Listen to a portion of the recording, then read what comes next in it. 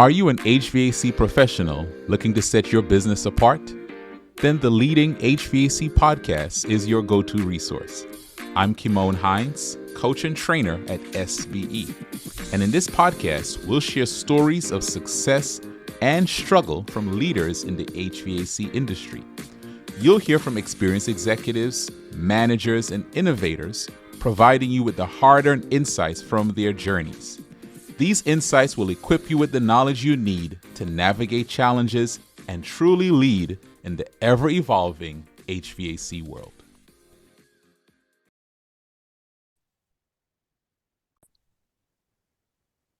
Welcome back to the Leading HVAC Podcast. I'm your host, Kymone Hines, and I have a great episode for you today. Trust me, this is one that you will want to share with someone else. Before we get into this one, what I want to ask you to do, first of all, is make sure you subscribe to this channel. If you're watching it on YouTube, subscribe on YouTube. Or if you're listening on a podcasting platform, make sure you subscribe so you don't miss any future episodes. Today, I'm really excited to have as our guest, Cory Holman. Cory has a wide range of experience in this HVAC world, and right now he is the VP at SBE. And so, Cory, welcome to the podcast. Thanks, Kymone. Appreciate the opportunity to spend some time with you, and hopefully I can give some valuable feedback. We'll see. Awesome. Well, Cory, as I mentioned earlier, you have a wide range of experience. Tell us, how long have you been in the HVAC world, in this business? Right. I started when I was 18 years old. So if I have to do that, okay, that's terrible to say, like 42 years. So I guess that's getting up there. So I've been really lucky though. I've been able to do pretty much everything in the industry, from sweeping the floor to owner to selling the business to, I would say the bulk of my career, the last probably 20 years, has really been focused on the interaction that's happening in the home with technicians, with sales guys. That's where I've spent the last solid, 15, let's call it 15 to 20 years focusing. Before that, it was kind of moving up through the trades. I had some great mentors over the years.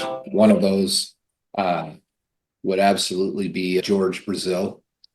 I had some great partnerships. So it's just, I've been really fortunate to work with some great people in this industry. Wow, awesome. So started at 18. Wow. And at what point do you start now moving from, I guess you started off, you said sweeping the floors, but I'm sure, did you work as a technician? Yeah, I started actually in the plumbing industry. So as a technician, started a little bit new construction and then worked into the service industry. Then I went through the apprenticeship program to become a journeyman plumber. Then as I advanced through that, I started doing HVAC. The gentleman that I happened to be working for moved and went to work and started a school for George Brazil. So we parted ways for a little while, and then a few years down the road, he reached out to me. He had bought the Phoenix branch of George Brazil and had invited me to come down and help him kind of run that branch. So at that time, I actually had another business. It was actually a roofing business, but he obviously knew more than I did. It was obvious to see. So I made the move from Salt Lake City down to Phoenix, Arizona, and went to work. And that was in 95. 5 years later, George Brazil came down and took over that branch. And so I went from service technician to service manager over the plumbing and the HVAC. George and I kind of rebuilt the whole HVAC department. Really in 2009, my partners and I bought George Brazil, the HVAC side of it. And at that time, I really started for the last, at 16 years, focusing on the service, that interaction in the home, training technicians. And I think we started SBE in 2013, and then taking that just beyond training at George Brazil, but taking it out into the industry and training contractors. And we've probably, I don't know, at some point touched somewhere around 500-ish to 1,000 contractors over the years working with them. Yeah. So Yeah, Corey, so much of your story we want to get into. I'm curious about the shift between being a technician to being a manager, to being in leadership. What are some of the changes, some of the things that you had to adjust? Because as we're putting this podcast out, this is a leadership podcast. Some people may be going from, being in the field to now getting a role as a service manager, getting some sort of leadership role in the company. What are some of the adjustments you had to make, and how did you make those adjustments? I think one of the biggest adjustments is perception. Hmm.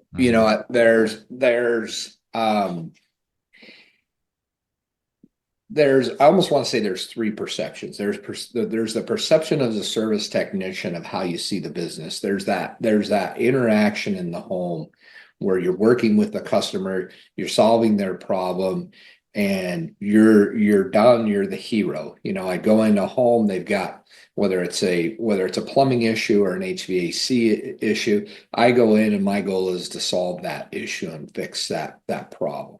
And when I'm done, I'm done. I leave and I've got a happy customer. Hmm. And when you do that repeatedly and repeatedly, your focus is on who's the next person I can help. Hmm. And so you don't realize the machine that's behind you that's running to keep you in front of people.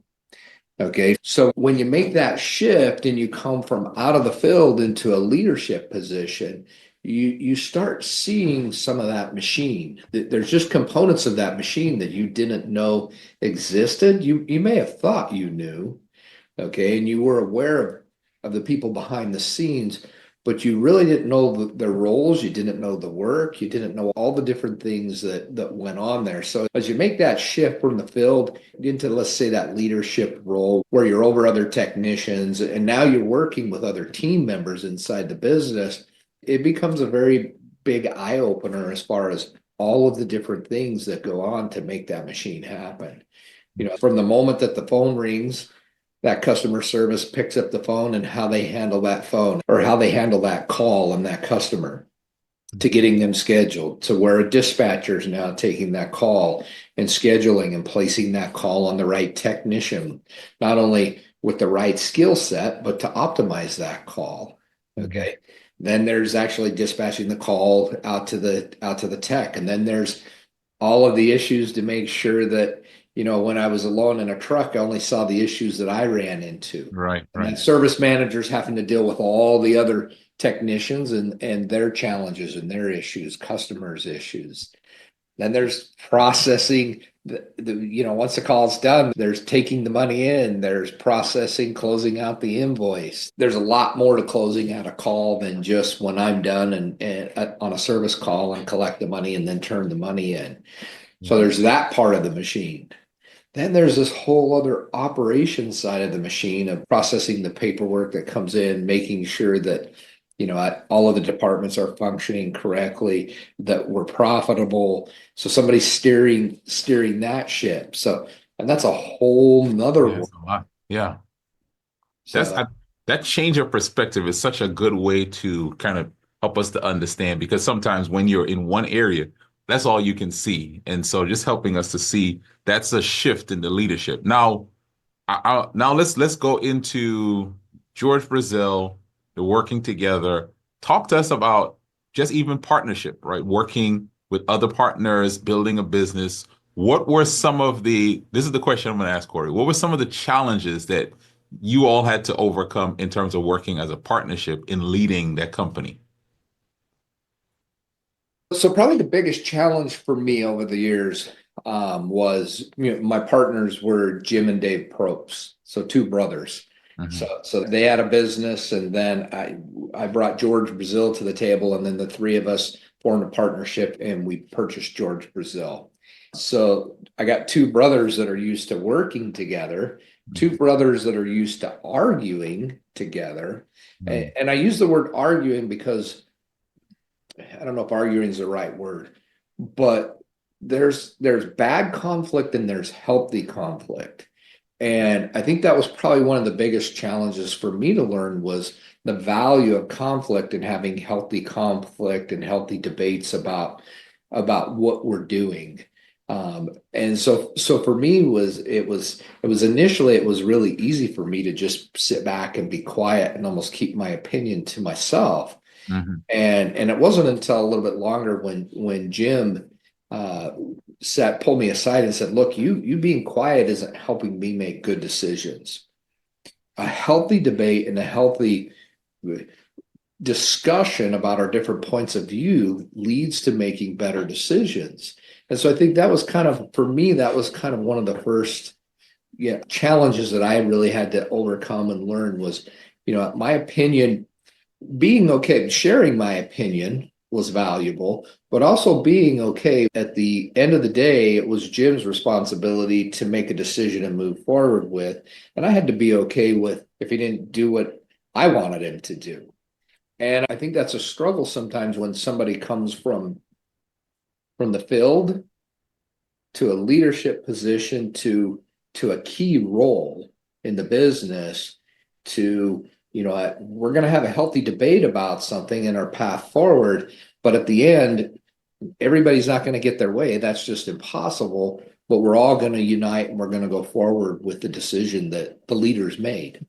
And time will tell whether it's a good decision or a decision that we need to pivot from. So that was a big learning curve for me. And that's some insight right here, right? Healthy conflict, unhealthy conflict. Because some of us think all conflict is unhealthy. And secondly, right, I'm just going to keep my opinion to myself. And as you said, Jim said to you, no, you're not helping me make good decisions. I need you to say and to share your perspective. Yeah, yeah. Over the years, I've gotten a lot better at that. Probably real good at it. I'm more than happy to share my opinion. You Yeah, know what? yeah. But it's funny, Kymone, how over time, what I've learned is that, my opinion, and we all have strong opinions on Hmm. different things. My opinion could be the right opinion and the critical voice that needs to be heard, and to not share it is a mistake. Um, but on the other side of that, you've got to have a good, healthy debate so that you come forward with you feel as a team that you're coming forward with a good, clear path forward. Yeah, that's such a good point. So our guest is Cory Holman. And Cory, one of the things you are known for is you are the I'll say the inventor, maybe the innovator behind the trusted advisor, trusted technician process. And you talked about that this has been your main focus over the last over decade plus, decade and a half plus. Where did that burden come from? Like, why did you even go about trying to figure out this process that we now have that's been used by so many contractors, so many technicians, in-home salespeople? That's a good question. I would have to really tie it back to George. So one of the things that George kind of just instilled in me was um, just his love for the people in this industry. One time George had, I think over 28 different locations, and each one of those were started by a service technician. So he just wanted to give people in the industry an opportunity. And so seeing that kind of helped me to have a desire to make this industry better and to give the people in this opportunity the opportunity to make a great living, be able to do it honestly and ethically, and then not to be physically broke when they're, you'll hear technicians say, I can only do this for so long. And it's a physical job. And so what I would see, and still even you see today in this industry, is guys will hit their, at their 50s, they're physically can't do the job. And so they're physically broke. And not only that, they're financially broke, not great retirements. And so it's like we take this group of people and we just work them. I don't want to say work them to death, but we work them and then they're broke. And then not only they're broke physically, they're broke financially. So it was like, for me, it was like I don't want to say a crusade to fix that. And the Mhm. only way that you can fix that is by delivering great service, taking care of the customer, because it's the customer that has to pay for that. Mhm. And so it was like, okay, how can we put together a process that's going to deliver outstanding service, going to deliver and communicate so that people make good decisions. I believe if the customer is smart and intelligent, if you give them the right information and you deliver it in a good way, they're going to make great decisions. I don't need to make decisions for customers. I just need to be great at delivering information. And so that's kind of the drive behind it. And it's still the drive behind why I do this today is trying to, I don't know if that's fix a right or fix a wrong. It's just trying to get us to where, the people in this industry that are working hard are getting what I believe they deserve. And I believe they deserve to take care of their families. They deserve to have great health care. They deserve. But that doesn't come without working and delivering great service. Yeah. Yeah. Now, Cory, just to stay on that point a little bit longer, if I think of anything with you, when I hear Cory Holman, I think training. I think making sure there's good training, good coaching. Talk to us about that. How important is that in an organization, especially in the HVAC industry, to ensure that those technicians that you just mentioned are getting good training, good coaching, they're being developed in the best way? It's you said how important, how key is that? It's everything, and it's putting together and having training that impacts people and that changes people's lives is not easy. It's like that boulder you're pushing up the hill. The second that you let up on it, it's going to roll right back over you. And as I've worked with training, it's always trying to find ways to make training that sticks. Um, some of the biggest discoveries that I've had over the years is the impact of one-on-one training, one-on-one coaching. When you can sit down with a guy and you can address specific issues that they're struggling with, you're going to have a bigger impact. In order to do that, you're going to have to track and measure. You're going to have to sit down with them before that and set goals, Yeah. and then track and measure those goals. And then when they're not meeting those goals or they need help, you'll be able to focus in on certain areas. And if you're using a process, you'll be able to go to that process and hone in on specific technical skills or competency skills. So that's critical. That's critical to success. Just being prepared. Too many times in this industry, and I've been guilty of it before, we'll have a meeting and we're not prepared. We prepared 5 minutes before, prepared on the way into work of what we were going to do. So I think one of the biggest changes for me in my career was when I realized that I believe nobody can do a better job of taking care of the customer than me. If I go out and I run that call, it's going to just be hard to find somebody that does as good a job as I do. So I look at my job is to delegate that responsibility to somebody else. And over the years, I've done a poor job of delegating that responsibility because I haven't been clear on what that delegation looks like. So when you look at the progression of what we've done in SBE over the years, what you'll see is I've become a better delegator. The trusted advisor process is very laid out and very clear because I learned that I wasn't doing a very good job of delegating that responsibility. And so as I can get clearer and clearer and give the tools so that to the technicians or to the in-home advisors that, look, this is what we do. This is what I want you to do. This is how we take care of a customer. We all become more successful. Yeah. Now, that process you just went through there, Cory, it just seems so simple, right? Set goals, track and measure, look at the areas that need coaching, stay coaching those areas. It seems very simple, but as you know, simple doesn't always work. What are some of the challenges you found with companies who are trying to help their technicians, right? We're talking to leaders now, trying to help your technicians to offer the best service, to generate the most revenue, specifically so that they can earn more, What are some of the challenges you find with just following that simple process that you just outlined? I think the breakdown of the process is when we don't hold people to expectations. So it's easy in this world to get caught up in putting out fires. And that's a term that we're all familiar with, is we Mhm. become a firefighter. And when we become a firefighter, what we do is we let expectations slip. Okay. And so when somebody doesn't do what we ask, well, we start using excuses. We're busy. We'll get to it next time. And what we don't realize in the process of that becomes the new standard. So every time that happens, that standard in reality gets lowered.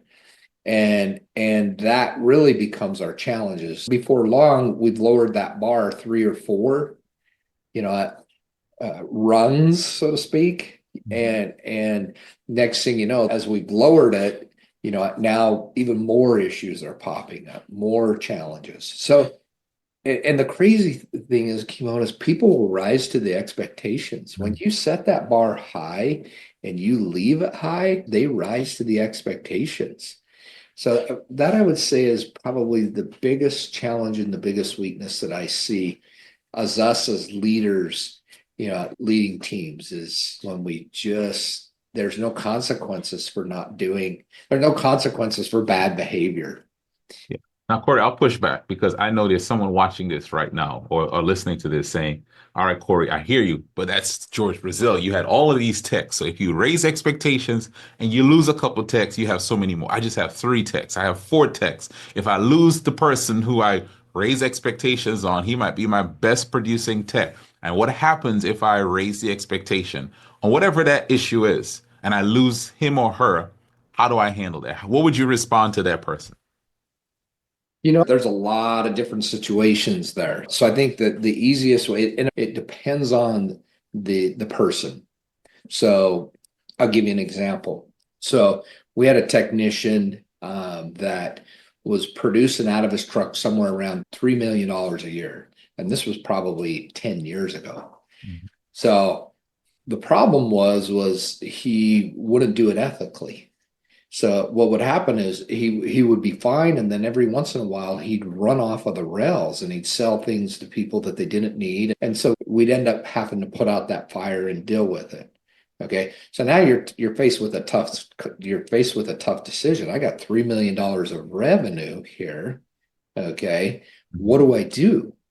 Okay, so here's what I did, and Jim, I got to give Jim credit for this. Okay, Jim's like, well, Jim's counting the money, so he's looking at the revenue, and he's saying that's a lot of revenue. Fix him. Okay, so Cory, you can fix anybody. Fix him. Okay, so I literally sat down. It was probably twice a week with him, and I told him, I said, look, you're a great leader. You're a team leader. You're leading people. I said, so I want to mentor you through leadership. Okay. So I literally would sit down and we would go through it. We were going through a book. It was called Leadership and Self-Deception. And we would read this book out loud together. And we Wow. would talk about it. And we would talk about leadership and what great leaders do. And you know what? He would just he'd fall right in line, and then something would happen and he would just go off the rails.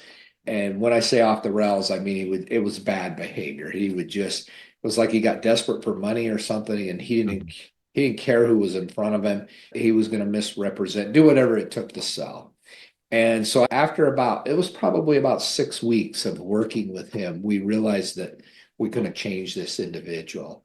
And we realized that it was a better choice to get rid of this. At this point, it's really becomes a cancer that's in your company. And if you don't cut that out, it's going to have a much longer term effect and a devastating effect. But the answer to kind of back up, and I hope this is answering your It's question, good. Yeah. we took the time to take those individuals, and this hasn't been just one case, been multiple cases over the years, to spend the time to work with them, to give them every opportunity to change. And you'll see both. You'll see the guy that can't change, and then you'll see the guy that will change and become more of a role in the company supporting and leading others. But it all came down to we don't ever just turn somebody loose. We're going to spend the time and mentor them and do everything that we can to train them. Yeah, that's such a good point. Like Cory, one of the things you're saying, we're going to address the issue. We're not going to just because you're Yeah. producing well, let's get rid of our expectations because you know other people in the company are watching it, and this now becomes the expectations for everyone. Yeah. You could go back and if I mentioned the name to our group of technicians, they would know exactly who we're talking about and they would know exactly the situation. They knew exactly what we did. They knew that we tried our best to turn him around, but he didn't fit and he wasn't part of the culture. And the culture spit him out. Yeah. And they're all part of that. But they also, if we'd have kept him around, that would have impacted the culture and we would have lost way more credibility. Yeah, so good. So Cory, as we're wrapping up, I do want to ask you this before I get to rapid fire. I work with you and you're on the go, you're doing calls sometime at 4:30 your time zone and traveling. What keeps you still going? What keeps you still passionate about the work in this industry? I it's the people. It's the people. It's making a difference. Um, that's a that's an emotional question for me. I love the people in this industry. They are hardworking.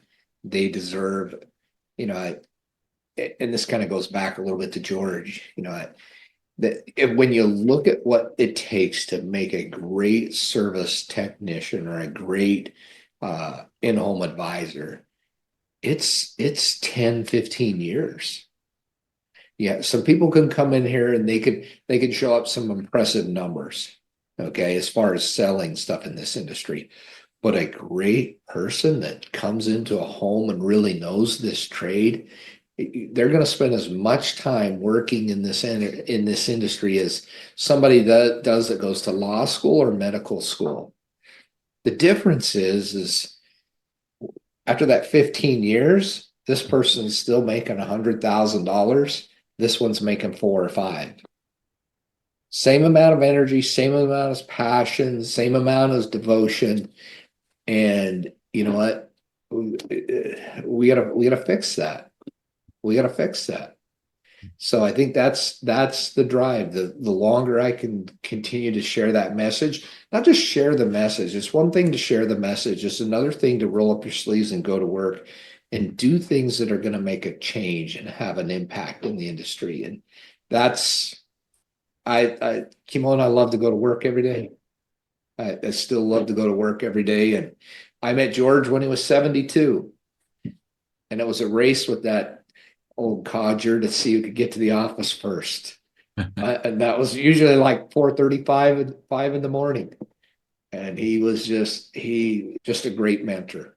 So Wow. Yeah, it's such a testament to the power of mentoring as well. There's so much more we could cover, Corey. We got to do a part two of this podcast. Um, but I want to get you out on what we call our rapid fire questions. So it is where I ask you questions and you answer them in 30 seconds or less, or as close as possible to that time. So let me know when you're ready. all right. All All right. right, shoot. All right. So first question, what's the best business book that you've read? Gosh, so many. Good to Great's probably definitely one of the top ones. Jim Collins. Yeah, there's another great one, Necessary Endings. Mm, I can't remember the name of the author, mhm. but I read a lot, so that's wow. Let me slip this question in. How many books, when you say read a lot, what does that mean? Talk to us.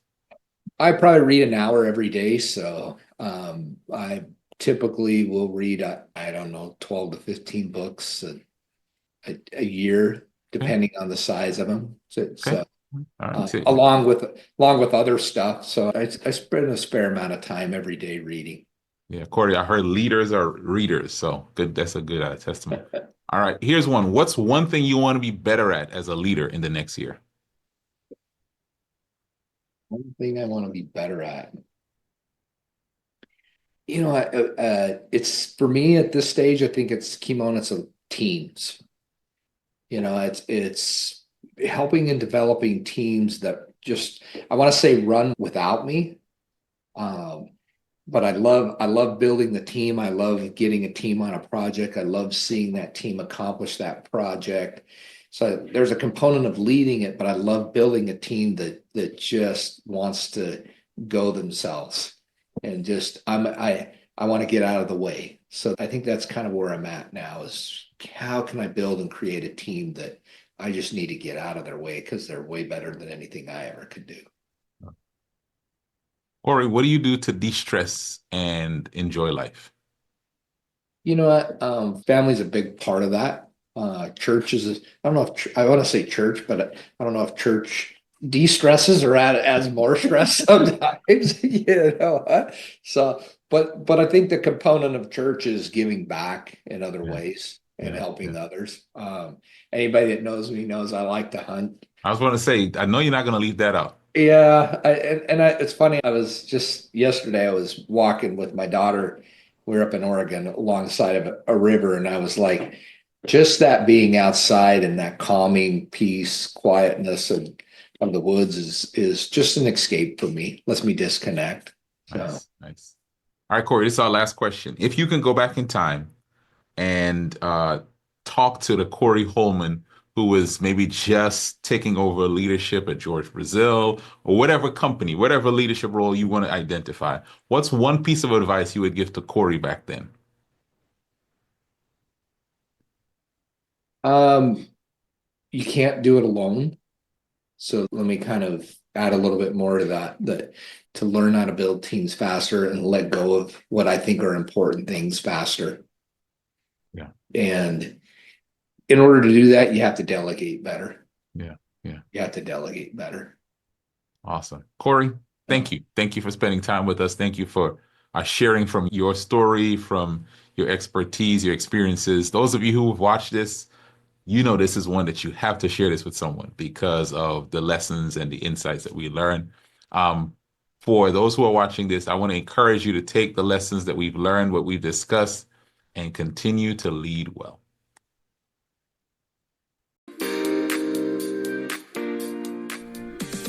Thank you for listening to the Leading HVAC Podcast. If you would like to learn more about SBE, you can find us online at sbeodyssey.com. That's sbeodyssey.com. If you enjoyed today's episode, we would appreciate it if you would leave us a review on this podcasting platform. Thank you for tuning in, and we'll see you next time.